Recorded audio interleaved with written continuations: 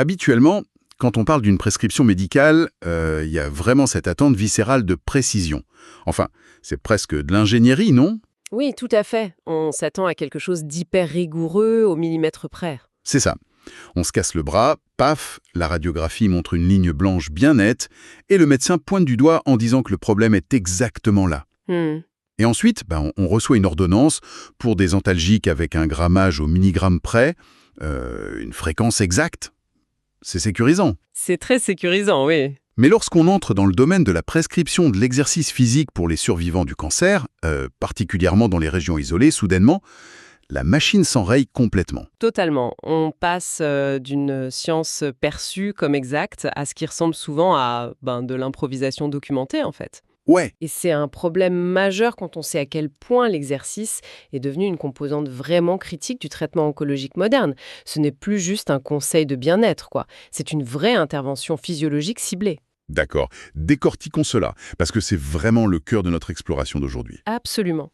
Nous plongeons aujourd'hui dans une revue systématique massive de 2026, publiée dans le Journal of Sport Science and Medicine, volume 25, pages 487 à 501. L'article s'intitule Exploring the Fatality of Resistance Training Interventions in Regional, Rural and Remote Cancer Care. A Systematic Scoping Review. Les auteurs sont Christopher W. Rowe, Nicola H. Hart, Julia Collino et James Murray. Une équipe de recherche très solide, d'ailleurs. Oui, très. Et pour simplifier notre mission du jour, ces chercheurs ont voulu comprendre exactement comment l'entraînement en résistance, donc la musculation, le renforcement est prescrit, suivi et documenté pour les patients atteints de cancer, mais spécifiquement ceux qui vivent loin des grands centres urbains. Et cette distinction géographique, elle est cruciale. C'est clair. Si on reprend mon analogie de tout à l'heure, si un médecin prescrivait un médicament vital sans préciser la dose, ni la fréquence, ni la durée, l'efficacité serait totalement compromise. Et c'est exactement le problème que cette étude soulève concernant les programmes d'exercice. Exactement. Et avant même de plonger dans les données de l'étude, il faut vraiment comprendre pourquoi les populations ruraux nécessitent une approche scientifique distincte. Ouais, pourquoi on les sépare des urbains? Eh bien, les données épidémiologiques sont assez sombres à ce sujet. Les taux de mortalité post-diagnostic sont significativement plus élevés dans les zones rurales comparés aux métropoles. Ah ouais. Ouais.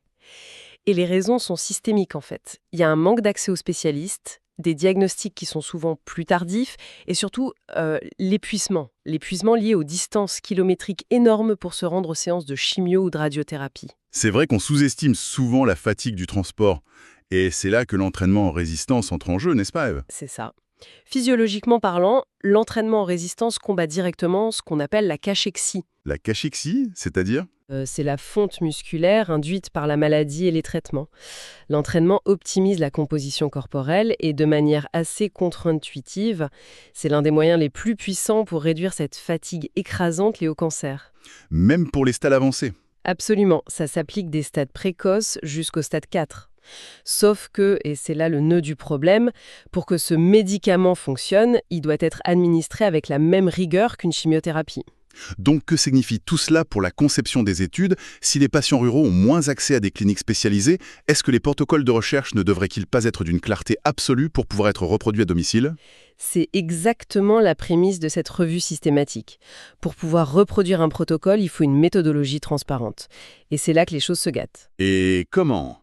Ce qui nous amène au premier grand choc de cette étude. Les auteurs ont commencé avec une véritable montagne de données. 2490 études potentiellement pertinentes sur l'exercice et le cancer. Mhm.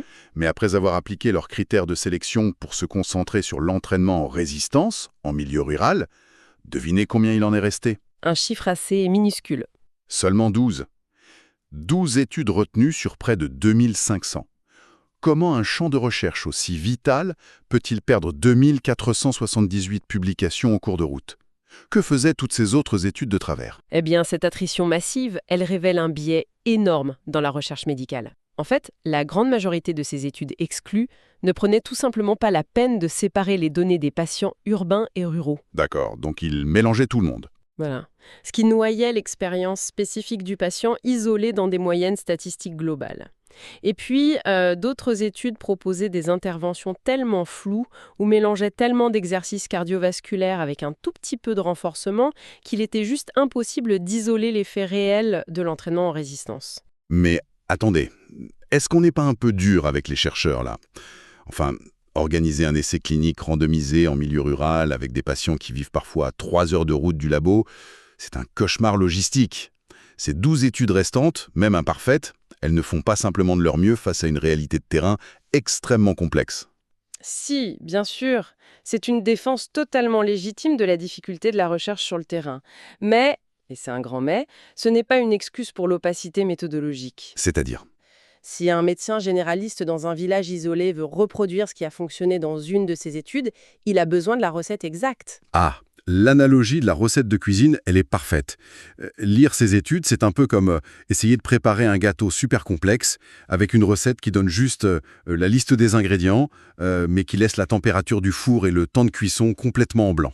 Exactement. Et c'est là que l'analyse de Rowe et de son équipe devient vraiment fascinante. Ils ont évalué ces 12 études à travers le prisme des principes fondamentaux de l'exercice. C'est ça, la méthode FIT et les 6 principes de l'exercice. Qu'est-ce que c'est exactement pour ceux qui ne sont pas familiers? Efficace et reproductible, il doit s'appuyer sur 6 principes. On a la spécificité, la surcharge progressive, la progression, les valeurs initiales, les rendements décroissants et la réversibilité. D'accord, ça fait beaucoup de termes techniques. Ouais, et à cela, on combine les paramètres FIT, donc F de T, fréquence, intensité, temps et type.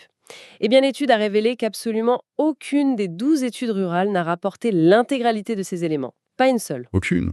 Ce qui signifie que chaque étude est un puzzle incomplet.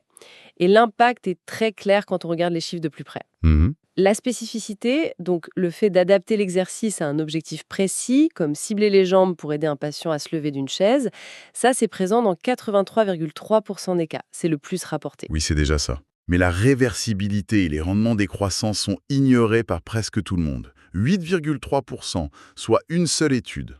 Et c'est dramatique dans un contexte oncologique. La réversibilité, c'est le principe du use it or lose it, vous voyez. Ce qui se passe quand le patient arrête de s'entraîner, c'est ça? Exactement.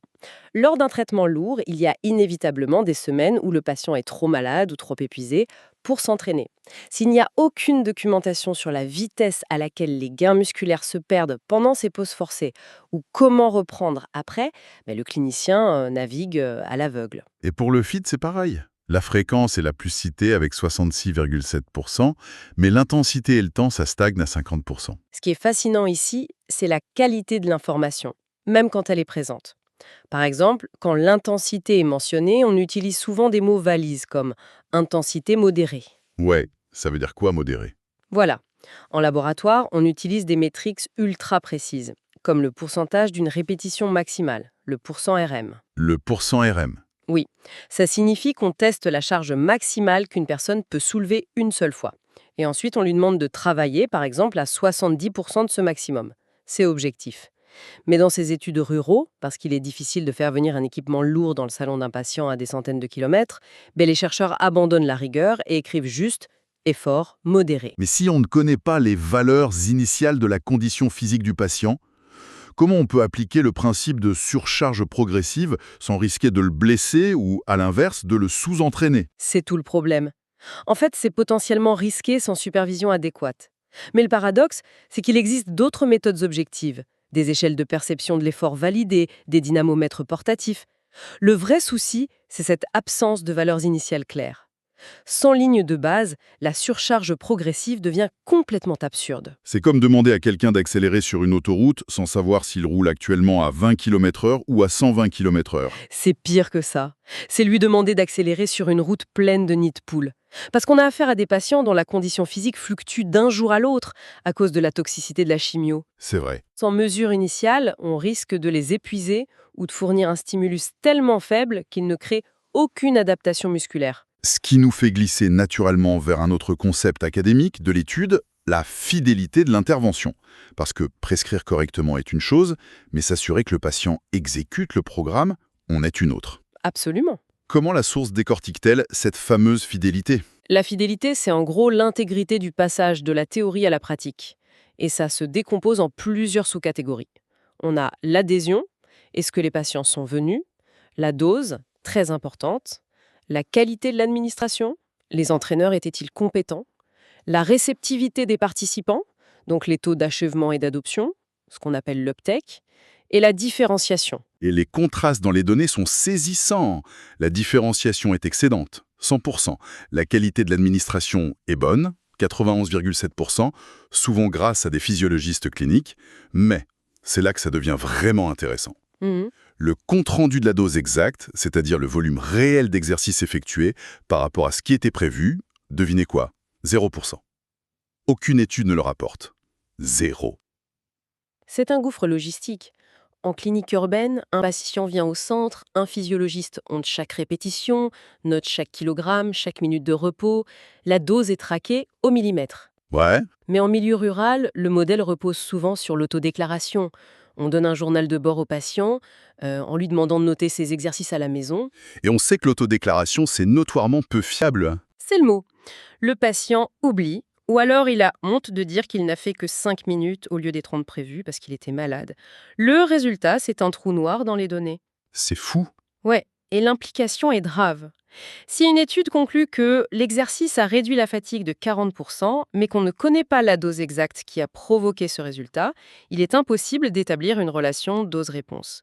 C'est comme dire que l'aspirine marche sans savoir si on a donné 10 ou 1000 mg. Et il y a un autre chiffre alarmant qui illustre cette déconnexion entre le labo et la réalité du patient, le taux d'adoption, l'uptake. On observe une variabilité qui donne le vertige. Dans une étude menée par Wagner en 2023, 85,8% des patients ciblés ont accepté de participer. Un triomphe. Mais dans une autre, celle de Hirko et ses collègues en 2021, ce taux s'effondre à un minuscule 0,6%. Ouais, moins d'1%. Qu'est-ce qui explique qu'une intervention conçue pour aider des survivants soit rejetée par plus de 99% des personnes à qui on la propose? En fait, ce faible taux d'adoption soulève une question hyper importante sur la pertinence culturelle et logistique de ces interventions. Une intervention avec 0,6% d'adoption, c'est le portrait craché d'une étude conçue en vase clos. C'est-à-dire, Imaginez la scène. Un agriculteur de 65 ans, en traitement pour un cancer de la prostate. Il est fatigué, il gère sa ferme tant bien que mal. Il reçoit par la poste un manuel de 30 pages, plein de jargon médical, qui lui demande d'utiliser des bandes de résistance qu'il n'a jamais vues et de conduire 1 heure pour une évaluation mensuelle.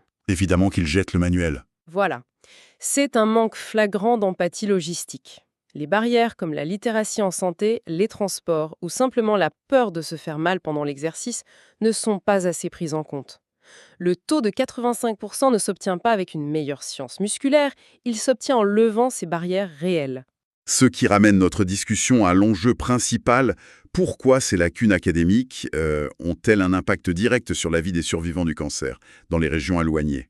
Si nous relions cela à une vision plus globale, les praticiens de la santé en milieu rural ont moins de ressources, moins d'équipements, moins de supervision, donc ils s'appuient lourdement sur la littérature scientifique pour créer des protocoles sûrs. Et si la littérature est floue? Le pont s'effondre. Si les études manquent de transparence, la qualité de la prescription sur le terrain diminue drastiquement. Le clinicien est laissé à l'abandon. Mais heureusement, les auteurs proposent des solutions, non, n'est-ce pas? Oui, tout n'est pas noir. Les recherches futures doivent s'appuyer sur des cadres de référence établis. On parle notamment des listes de contrôle TIADIR ou du modèle CERT. TIADIR et CERT. Oui, ce sont des garde-fous pour garantir la reproductibilité. TIADIR oblige les chercheurs à documenter le matériel exact, la formation de l'intervenant, les modifications apportées. Le chercheur ne peut plus juste écrire « nous avons fait soulever des poids ». Il doit être précis. C'est un changement de paradigme vraiment nécessaire. Donc pour résumer brillamment notre analyse, bien que l'entraînement en résistance soit un pilier des soins de soutien en oncologie, le manque flagrant de précision dans le rapport des principes FIT et de la fidélité, ça entrave complètement sa mise en œuvre en milieu rural. C'est un excellent résumé. Sans rigueur de documentation, la science ne peut pas être appliquée sur le terrain. Et ça me laisse sur une réflexion assez provocatrice pour prolonger un peu le débat. Allez-y. Si le corps médical a tant de mal à documenter avec précision la fameuse dose d'exercice dans ces régions isolées à cause des carnets de bord foireux, l'avenir ne résiderait-il pas dans les technologies portables, les wearables couplés à l'intelligence artificielle? Ah, intéressant. On pourrait traquer passivement cette dose, l'amplitude de mouvement, le rythme cardiaque, et fournir des retours en temps réel aux chercheurs situés à 500 km de là. Ça éliminerait complètement le besoin de cliniques ultra équipées et le biais de l'autodéclaration, non? C'est tout à fait ça. C'est l'intersection parfaite entre la tech et la clinique. Ça pourrait transformer radicalement la donne pour ces patients isolés. Eh bien, ça donne matière à réfléchir. Il est vraiment conseillé à notre auditoire de lire l'article original pour approfondir les méthodologies fascinantes que nous avons abordées aujourd'hui. Oui, l'article vaut vraiment le détour. Enfin, pour garantir l'accès futur à ces explorations scientifiques approfondies, il est indispensable de s'abonner à la chaîne et d'activer les notifications. C'est le meilleur moyen de ne manquer aucun futur contenu scientifique de cette qualité. Merci de nous avoir suivis.